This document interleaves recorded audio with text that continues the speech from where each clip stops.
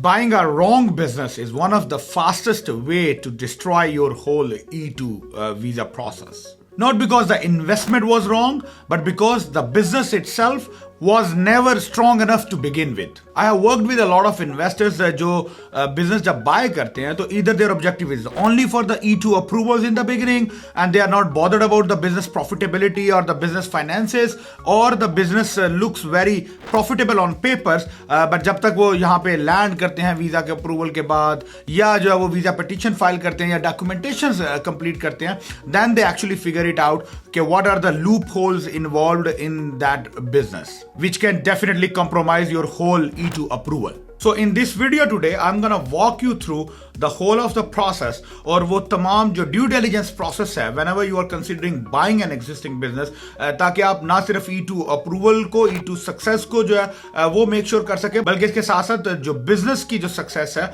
आप उसको भी make sure कर सके. So stay tuned till the end of this video. In my experience working with the E2 investors particularly, one thing which I have clearly noticed and which is very clear, और वो ये है कि जो revenue numbers हैं businesses के, that itself may look very impressive, but that cannot be considered as a sole criteria कि जिसकी बेस के ऊपर आप बिजनेस बाइंग का डिसीजन लें. बहुत से टाइम पे आप जो है वो जी वो फलाना बिजनेस है मेरे दोस्त का है या मेरे किसी जानने वाले का और उसने रिकमेंड किया and then you know the business is making like $2 million or $1 million or $500,000 revenue. So revenue is only one part of the whole thing, but it's not the entire thing to evaluate the business based on. So let's break down that whole agenda of this video. कि इस video में मैं आपको क्या क्या details जो है वो प्रोवाइड करूंगा which will help you in identifying a well qualified business. So number one, we will talk about the financial due diligence. के not only the revenues but how we have to do the financial due diligence of a business. Number two, we will talk about the lease and location verifications. के lease में क्या क्या चीजें जो है वो you have to do the due diligence on, which can be very harmful if you don't pay attention in the beginning. Number three, we talk about the HR, the human resources in the business, and the payroll. Most importantly, how the payroll in the businesses should work or should look like. Number four would be the suppliers check and the vendors check. क्या vendors के साथ business के relations कैसे हैं, business के जो है वो क्या उसके terms जो है वो suppliers के क्या क्या है. Number five, we'll go to the legal review or the compliance review, जिसमें जो है वो business के अगर कोई licensing है, regulatory licenses है, county licenses हैं, approvals हैं, permits हैं, तो what are the criteria and conditions of those. And number six, which will be the hidden risks involved in any business which you must be aware of. So let's start with the most important thing in the beginning, and that is basically the financial due diligence. Of course, सबसे important है, सबसे delicate matter है, because the financial statements is the basic foundation of your decision and your business. So never ever rely on the statements or the documents only provided from the seller, because seller of course उसको अच्छे से जो है वो makeup भी करेगा, उसको fabricate भी करेगा. I mean that's what the first assumption which we have, right? So we need to make sure कि seller आपको जब document देगा तो you need to pull up the data from the documents, whatever is required for you to complete your due diligence. और documents में आपने seller से क्या क्या मांगना है. Number one, आपने जो जिस चीज को review करना है वो है आपके business के tax returns. Most important, most common, most basic. Second, आपने जो है वो business की profit and loss statements देखनी है. अब बहुत से टाइम पे sellers अगर कोई खास तौर पे small business है, individual sellers है, तो they will say जी हमने तो कभी profit and loss statement बनाई नहीं है. But practically most of the times every business have their profit and loss statements, right? So you need to get a profit and loss statement, and then the next what you need to get is a bank statement, so that you can tally and reconcile the profit and loss statement with the bank statement. कि profit and loss में और जो bank statement है उसको आप tally कर सके, match कर सके कि वो सारे जो numbers जो digits उसमें हैं वो सारे facts and figures की base पे हैं. The next thing what you will verify is your expense records. कि जिस भी business में है उसमें आपके inventory के क्या expense हैं, cost of goods sold के क्या हैं, rent, utilities, payroll, आपके marketing expenses, आपके promotional expenses, business supplies. तो ये तमाम आपने expense records जो है देखिए हर business अमेरिका में टैक्स फाइल करता है. जब टैक्स फाइल होते हैं तो उसमें ये तमाम expenses जो है उन expenses का claim लिया जाता है. So you need to make sure that you get all the expenses and then again match it with the bank statement ताकि आप उन expenses को verify भी कर सकें. कि they are pure and legitimate business expenses. And lastly, you need to get the payroll records, जो कि again अगर आपकी 1099 contracting jobs भी हैं या अगर आपके full time employees हैं तो दोनों scenarios में आपके payroll records जो है वो maintain हो रहे होंगे, तो you need to definitely get those payroll records. और जब आप इन तमाम documents को match करेंगे तो you need to make sure कि ये जो financial reports हैं that has to match with the bank statement, full stop. If those are not matching, you just back off the deal. Or first you ask for the explanation. If there is a proper justifiable explanation is there, good. If not, walk off the deal because that might end up in a lot of complexities. और इसके साथ साथ आपको इन्हीं तमाम statements में से जो एक्चुअल रेवेन्यू है, बिजनेस की प्रॉफिटेबिलिटी है, बिजनेस के कैश फ्लोज है, बिजनेस की कॉस्टिंग और एक्सपेंसेस है, रेंट्स हैं, यूटिलिटीज हैं, इन तमाम का भी आइडिया हो जाएगा कि what are the actual numbers you should expect when you take over the business. Next जो आपने चीज आइडेंटिफाई करनी है वो है लीज एंड लोकेशन रिव्यू. अब ये क्यों इंपॉर्टेंट है? ये अच्छा, इस चीज को बहुत सारे लोग अक्सर जो है वो मैंने देखा है कि इसको इग्नोर कर देते हैं, but it's not something to be ignored. It is a most common thing और very important. Lease will define कि आपके बिजनेस की फ्यूचर जो स्केलेबिलिटी है वो क्या होगी. तो लीज में आपने उससे लीज का कॉन्ट्रैक्ट मंगवाए, जो भी आपका जो भी बिजनेस है उसका जो करंट लीज कॉन्ट्रैक्ट है, and in that lease contract you need to see the lease terms कि वो रिन्यूएबल लीज है नहीं है, उसके लीज की एस्केलेशन जो है जो यानी जो रेंट इंक्रीज है पर ईयर का वो कितना है, लीज के कितने टर्म्स रिमेनिंग है, लीज की स्टेटमेंट मंगवाएं ताकि आपको ये पता लग जाए कि कितने ऑन टाइम पेमेंट्स होती रही हैं, प्रॉपर्टी मैनेजर या लैंडलॉर्ड के साथ बिजनेस के रिलेशंस कैसे हैं. And most important is what are the lease transfer clause or conditions mentioned in the agreement. Because अगर आपके lease agreement में lease transfer possible नहीं है तो आप lease takeover नहीं कर पाओगे. इसका मतलब है कि वो पूरे का पूरा business ही आपके लिए useless हो जाएगा because you will not be able to justify for your E2 visa. Also with the lease you need to check the other thing is the location verification, जिसमें आपकी location demands, location competitions,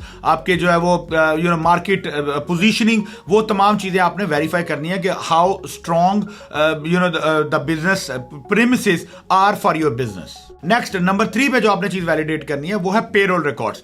payroll records क्यों important है? Because उससे आपको business की performance और business की मार्जिनलिटी का अंदाजा होगा कि इस बिजनेस में एक्चुअली कोई आपको सिंपल बोल दे जी मेरे पास 6 एम्प्लॉइज काम कर रहे हैं but they do not have a record, so that can not be justified for your E2 petition. So you need to make sure कि चाहे एक पे एम्प्लॉय है, चाहे 2 है, चाहे 1099 के इंडिपेंडेंट कॉन्ट्रैक्टर्स हैं या फुल टाइम एम्प्लॉयज हैं, you need to have the payroll records verified. और उसी पेरोल रिकॉर्ड्स में से आपको नंबर ऑफ एम्प्लॉयज पता लगेंगे लास्ट होल ईयर में. फॉर एग्जांपल बिजनेस में कितने एम्प्लॉयज थे, उनके जो है वो टोटल पेरोल कॉस्ट, कितनी सैलरीज एक्चुअल जो है वो पे की गई है. पेरोल टैक्स आपको पता लगेगा कि कितना टैक्स जो है वो पेरोल का जो है वो उस बिजनेस ने पे किया है. और इसके साथ साथ एम्प्लॉय रोल्स जो है वो भी पता लगेंगे कि कितने बंदे किस डिपार्टमेंट के लिए या किस वर्क के लिए जो है वो असाइंड थे. तो it's a very important document. It's very sensitive for E2 petitions because that way we can justify कि business for example if has couple of employees, so it can be considered as strong contestant for E2 application. Next जो आपने चीज verify करनी है वो है vendor and supplier के जो कॉन्ट्रैक्ट्स हैं. अब ये क्यों जरूरी है? क्योंकि आपके जो एग्जिस्टिंग सप्लायर्स हैं, सबसे पहले तो आपने उसकी सप्लायर लाइबिलिटीज जो है वो देखनी है कि अगर कोई उसके साथ पेंडिंग कोई इनवॉइसेस चल रही हैं, कोई पेंडिंग लाइबिलिटीज हैं, आउटस्टैंडिंग्स हैं, तो वो कितने हैं ताकि आपको सरप्राइज नहीं मिले, कोई शॉक नहीं मिले जब आप बिजनेस को टेक ओवर करोगे. तो आपने सप्लायर लाइबिलिटीज चेक करनी है. उसके बाद आपने सप्लायर्स के कॉन्ट्रैक्ट्स और उनके अरेंजमेंट्स देखने हैं कि आपको पेमेंट टर्म्स क्या है, सप्लायर कौन कौन सा माल जो है वो प्रोवाइड करता है, कितने टेन्योर में उसका डिलीवरी चैनल क्या है, उसकी सर्विस कैसी है, उसके आपकी रिलेशन बिल्डिंग कैसी है, उसमें पेमेंट टर्म्स में वो कितना फ्लेक्सिबल और कंप्रोमाइजिंग है. तो ये तमाम चीजें जो आपने अपने सप्लायर और वेंडर्स जो है उनसे ये मेक श्योर करनी है कि you just verify all of the documents. And with regards to the supplier one very key factor which you also need to consider कि आपने ये जरूर देखना है कि अगर आपका जो पूरा बिजनेस है how many suppliers your business is depending on. अगर आपका बिजनेस फॉर एग्जांपल किसी एक बड़े मेजर सप्लायर के ऊपर डिपेंड करता है, यानी सारा का सारा माल एक ही सप्लायर से आ रहा है, that becomes a very risky factor because अगर उस सप्लायर से किसी भी वजह से, किसी भी टर्म्स की वजह से आपका अगर रिलेशन कंटिन्यू नहीं कर पाया तो आपका whole business can compromise and collapse. So you need to make sure that you have a different and multiple suppliers ताकि आप जो है वो एक बिजनेस की सस्टेनेबिलिटी को जो है वो मेजर कर सके. नेक्स्ट आपने जो सेक्शन वेरीफाई करना है वो है आपके बिजनेस की licensing. Things, regulations and licenses. उसमें आपने लाइसेंस क्या, यहाँ पे हर बिजनेस का लाइसेंस होता है, चाहे वो काउंटी का लाइसेंस है, चाहे वो काउंटी का ऑपरेटिंग परमिट है, या वो कोई बिजनेस स्पेसिफिक लाइसेंस है। तो depending on the nature of the business आपने उस बिजनेस के तमाम लाइसेंसेस और परमिट्स जो हैं वो आपने मेक श्योर करना है कि आप उनको चेक करें। आपने उनको देखना है कि उन लाइसेंसिंग की कोई पेंडिंग अमाउंट तो ड्यू नहीं है, उनकी वैलिडिटी जो है वो कब तक है, उनके रिन्यूअल की कंडीशंस क्या है। इसी में आपने बिजनेस की जोनिंग लाइसेंस देखना है, आपने बिजनेस का ऑपरेटिंग परमिट देखना है, आपने काउंटी लाइसेंसेस एंड परमिट्स देखने हैं, और आपने अगर कोई बिजनेस स्पेसिफिक लाइसेंस है जैसे हेल्थ एंड इंश्योरेंस है, या अगर आपके कोई लिकर लाइसेंस है, टोबैको लाइसेंस है, आपके फूड ग्रेड के लाइसेंसेस है, हेल्थ एंड सेफ्टी के हैं, एफडीएस के अप्रूवल्स हैं, तो जो भी उस बिजनेस की स्पेसिफिक लाइसेंसिंग है you need to make sure to validate all of the licenses. अच्छा, नेक्स्ट एक जो बहुत इंपॉर्टेंट है वो आपने ये देखना कि ऑनर डिपेंडेंसी उस बिजनेस पे कितनी है। यानी मिसाल के तौर पे लेट्स से अगर कोई कार मैकेनिक का बिजनेस आप ले रहे हो और वो ऑनर ही जो है वो कार मैकेनिक है और वो उसी मैकेनिक की बेस के ऊपर वो सारा बिजनेस खड़ा है, और जो कस्टमर सर्विस है वो भी ऑनर खुद कर रहा है, जो क्लाइंट डीलिंग है वो भी खुद कर रहा है, मार्केटिंग भी खुद कर रहा है, यानी वो पूरा बेसिकली 9 to 5 या 9 to 9 इवन जो है वो पूरे बिजनेस में जॉब करता है फुल टाइम। तो और वो बिजनेस उसी की बेस पे बहुत अच्छे पैसे बना रहा है, but he is the main guy, right. तो अब आपको ये देखना है कि क्या आप उस ऑनर को रिप्लेस कर सकोगे, आपके पास भी वो तमाम स्किल्स, एक्सपर्टीज, कैपेसिटीज जो है वो मौजूद है। क्योंकि अगर आपके पास नहीं है तो आपको रिप्लेसमेंट के तौर पे जो हायरिंग करनी होगी, तो एक तो हायरिंग का प्रोसेस होगा और उसकी कॉस्ट होगी, तो आपने उसको भी फाइनेंशियल्स में इंटीग्रेट करना है ताकि आप वेरीफाई कर सको कि आप अपनी रिप्लेसमेंट में जो बंदा हायर करोगे उसके बाद भी बिजनेस प्रॉफिटेबल है या नहीं।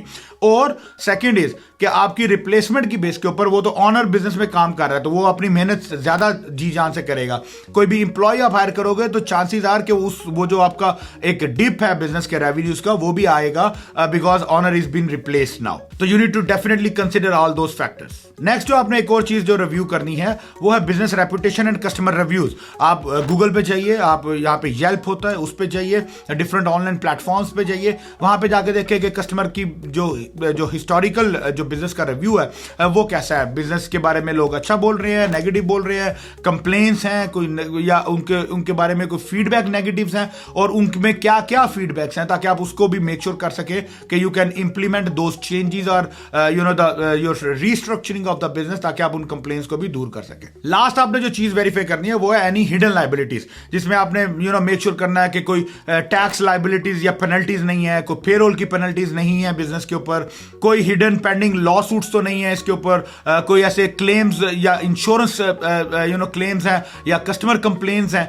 ऐसी ये सारी चीजें आपने वेरीफाई करनी है। और ये सब चीजें ऑनलाइन आपको बड़े आराम से वेरीफाई हो जाती हैं, और you can definitely hire a proper professional attorney and request him to do all of this due diligences for you. So in the end you need to make sure कि जब आप बिजनेस बाय कर रहे हो तो you are buying a clean business, you are not taking over the existing liabilities जो आपके लिए बाद में परेशानी बने या आपके E2 अप्रूवल्स को कॉम्प्रोमाइज करें। इसके अलावा भी आपके कोई फर्दर कोई कंसर्न्स हैं, फीडबैक है, सजेशंस हैं, या कोई E2 से रिलेटेड कोई क्यूरीज हैं, तो feel free to reach out to me and my team would be happy to address all of your concerns. Thank you so much. अस्सलाम वालेकुम।